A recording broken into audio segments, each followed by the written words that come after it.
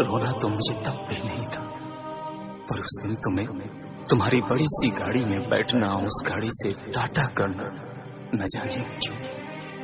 जाने क्यों मेरी आंखों से आंसू बहा जाते हैं। मुझे नहीं पता कि तुम कहाँ किधर हो, पर मेरे दिल में तुम दुनिया भर की सवाल छोड़ गई हो।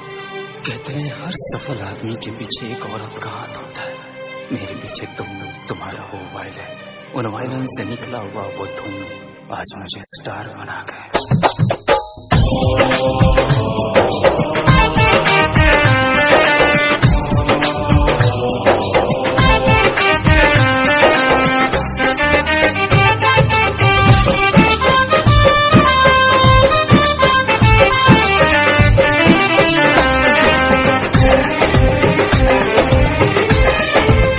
सनम तू कहाँ पर आ गईलू, काहे हमरा के तू भुला गईलू।